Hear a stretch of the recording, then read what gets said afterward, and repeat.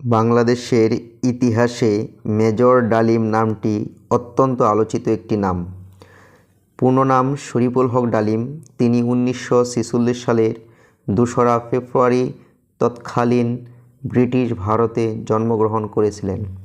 1964 সালে পাকিস্তান বিমান বাহিনীতে যোগদানের মাধ্যমে তার কর্মজীবন শুরু হয়।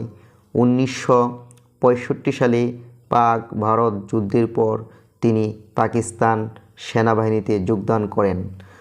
1971 সালে মহান মুক্তিযুদ্ধের সময় তিনি বাংলাদেশে ফিরে আসেন এবং সরাসরি যুদ্ধক্ষেত্রে অংশগ্রহণ করেন এবং 1975 সনে বাংলাদেশের তৎকালীন রাষ্ট্রপতি বঙ্গবন্ধু শেখ মুজিবুর রহমান সহপরিবারে নিহত হওয়ার পর তিনি একটি বেতার অনুষ্ঠানে নিজেই স্বীকার করেন তিনি এই হত্যাকাণ্ডের সাথে সরাসরি জড়িত ছিলেন। 75 পরবর্তী গণপ্রজাতন্ত্রী বাংলাদেশ সরকার মেজর ডালিমকে বিভিন্ন দায়িত্ব দিয়ে বিদেশের বিভিন্ন হাইকমিশনে প্রেরণ করেন।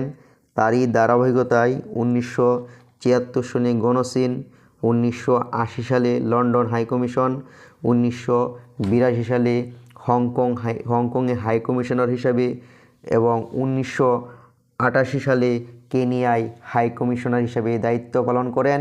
1995 সালে মেজর ডালিম সরকারি চাকরি হতে অবসর গ্রহণ করেন। মেজর ডালিম দাম্পত্য জীবনে নিম্মি ডালিমের সাথে বিবাহ বন্ধনে আবদ্ধ হন এবং তাদের একটি কন্যা সন্তান রয়েছে। বর্তমানে বাংলাদেশের আলোচিত সাংবাদিক মোহাম্মদ ইলিয়াস হুসাইনের একটি টকশোতে এসে আবারও তিনি নতুন করে আলোচনায় আসেন।